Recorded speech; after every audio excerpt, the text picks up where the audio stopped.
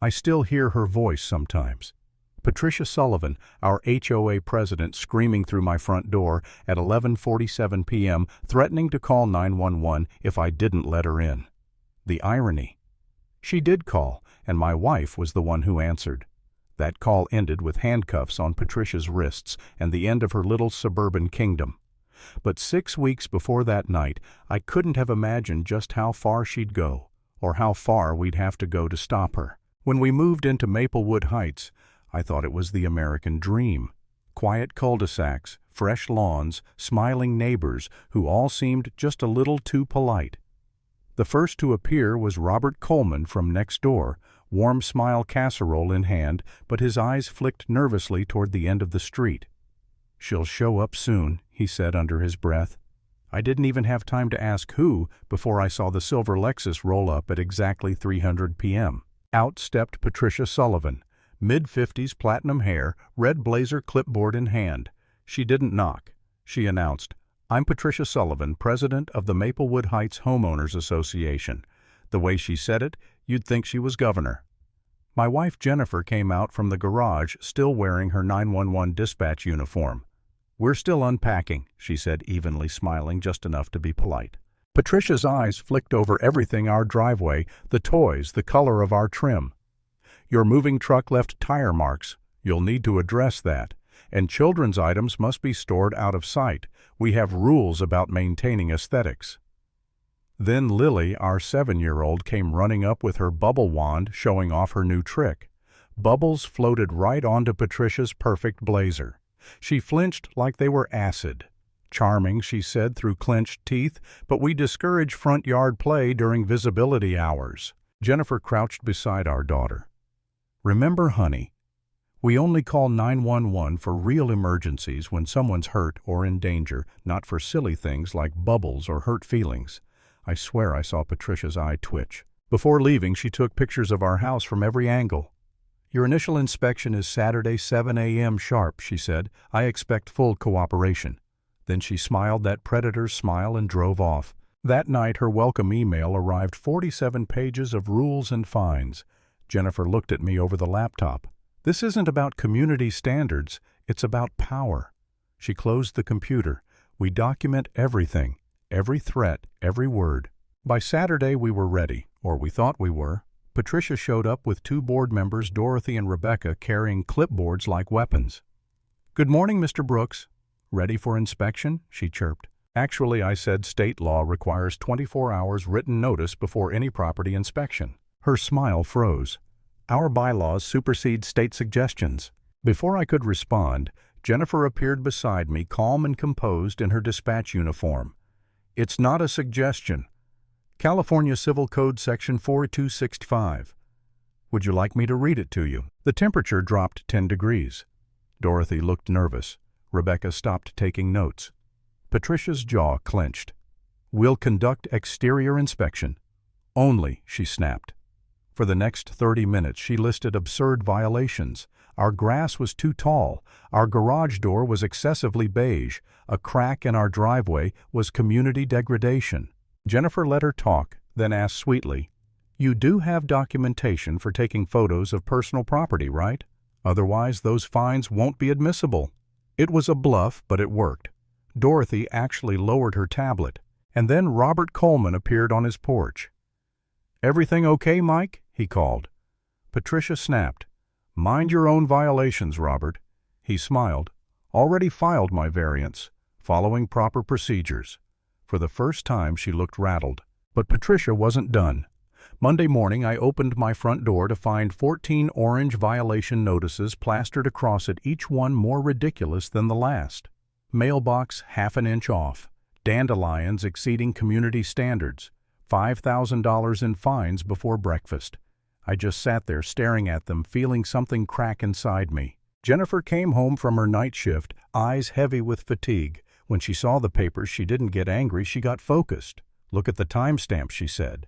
"All between 6 and 6:15 a.m. yesterday. Sunrise was 6:22. She couldn't have seen any of this, I realized. Not without trespassing. Jennifer smiled cold and sharp. "Then we prove it." She spent hours digging through HOA statutes and online forums until she found a thread called HOA Hell Survivors. And there it was, 12 families, all from Maplewood Heights, all forced out under Patricia's reign.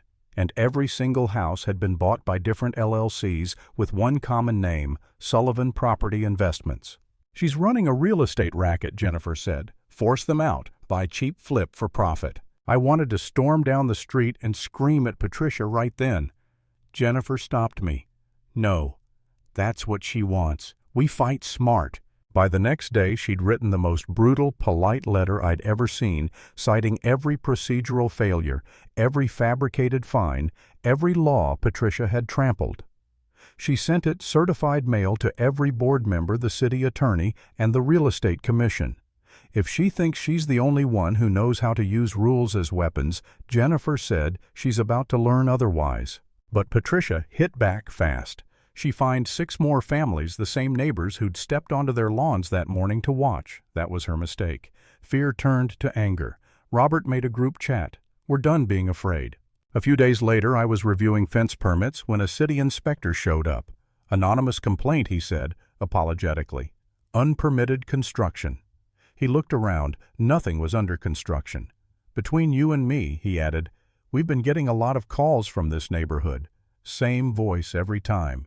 He didn't even have to say her name. Saturday, 6 a.m. The fence crew arrived. I was ready, permits, printed, cameras rolling. We lasted 30 minutes before Patricia's Lexus screeched around the corner. "Stop this immediately," she shouted. "No commercial vehicles before 8 a.m. New rule." "When was that enacted?" I asked. "Last night, emergency board meeting." Tom Perez, a retired attorney from down the street, stepped out holding a mug of coffee. "Emergency meetings require actual emergencies, Patricia. Construction noise doesn't count." The color drained from her face. Jennifer texted me, "Ask about Section 12 conflict of interest." "Patricia, I called. Can you clarify?" "Section 12? The one about board members using HOA positions for personal gain." Her eyes flickered, panic flashing for the first time. I pressed on. "You mean like buying up houses after forcing families out?" The crowd murmured. Phones lifted. Cameras rolled. Patricia's empire was crumbling in real time. She spat. "You have no idea who you're dealing with. I'll call the police." "Please do," I said. "Officer Thompson already knows our permits are valid." She glared, muttering as she stomped off. "You'll regret this." And I did regret one thing for underestimating how far she'd go. That night, Jennifer texted from work. "She's going to escalate. Keep the cameras running." At 11:43 p.m., headlights washed over our front yard. Patricia's Lexus again, followed by Dorothy's BMW. They sat there with engines idling, high beams blinding the windows. Then the pounding started, 3 sharp knocks, then more louder. "Michael Brooks," she screamed. "This is official HOA business. Open this door." Jennifer's text came through. "Don't engage. Just record." Through the upstairs window, I watched Patricia pace the porch, ranting to Dorothy about authority and community safety. Then she pulled out her phone. Dorothy whispered, "Patricia, don't." But Patricia was already dialing. 911, what's your emergency?" came the calm voice through her speaker. "This is Patricia Sullivan." "HOA president," she barked. "I need immediate police assistance. The residents at 1247 Oak Street are refusing lawful inspection. I smell gas and there's a child crying inside." I nearly dropped my phone. It was a lie, every word of it, and a dangerous one. The dispatcher's tone stayed cool. "Can you describe the odor? Is it stronger near any particular area?" Patricia faltered. "It's everywhere. Getting stronger. Why are you asking so many questions?" "Send someone now, ma'am, to confirm you're reporting a gas leak with a child in danger." "Yes, gas leak, crying child, immediate danger," she shouted, voice shrill and cracking. There was a pause, then that calm, precise voice said, "Ma'am, filing a false emergency report is a violation of California Penal Code 148.3. Are you sure you want to confirm this for the recorded line?" Patricia hesitated, but rage won. "Yes, gas leak, child in danger. Send help." That voice, the tone, the timing, I recognized it then. The dispatcher was Jennifer. 5 minutes later, sirens filled the night. Fire trucks, ambulances, multiple police units. Patricia straightened her blazer, ready to play the hero. But when the lead officer stepped out of the first cruiser, she froze. It was Officer Mitchell, the same one who'd warned her weeks ago. Mrs. Sullivan Mitchell said evenly, "Please step away from the residence." Patricia smiled nervously. "Thank God you're here." "They're refusing HOA inspection. There's gas." Mitchell cut her off.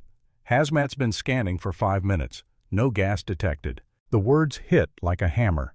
The crowd of neighbors half the street by now started whispering. Someone muttered, "We heard her call." Another said, "She lied to 911. Then our front door opened, not because she demanded it, but because Mitchell gave the signal. I stepped out, phone still recording. And behind me came Jennifer, still in her dispatcher uniform badge, glinting under the flashing lights. The crowd gasped. "She's the dispatcher," someone whispered. She took the call. Patricia's face twisted. This is entrapment. You can't." Supervisor Harrison from the dispatch center arrived right on cue. Dispatcher Brooks followed protocol. The call was recorded, monitored, and witnessed. Every statement you made is evidence. Patricia spun around, desperate. "You set me up." Officer Mitchell stepped forward, tablet in hand. "Mrs. Sullivan, according to the recording, you reported a gas leak and a child in danger to justify forced entry. That is a felony false report. Please turn around." "No, you can't arrest me. I'm the HOA president." Mitchell's voice stayed calm. "HOA positions don't grant immunity from the law." She recited the Miranda rights while clicking the cuffs around Patricia's wrists. Patricia thrashed, shouting at the neighbors, "You're all ungrateful. I built this community." Robert Coleman stepped out of the crowd, calm and steady. "No, Patricia. You ruled through fear. You destroyed good people." The police led her toward the cruiser as camera flashes strobed. Dorothy, trembling, handed over HOA records to detectives. "We kept everything she said. We were afraid before, not anymore." Patricia's last words before the door shut were venomous. "You think you've won. I'll destroy you." But her voice was swallowed by the sound of the door slamming and the cruiser pulling away. That's when I finally exhaled. The woman who had terrorized 45 families was gone undone by her own arrogance, her own call for authority. I didn't feel triumph, just relief, and maybe a little awe, because in the end all it took to bring her down was truth, a steady voice, and the one person who knew exactly how to handle emergencies. Lesson: power built on fear always collapses, especially when the people you try to control finally start recording.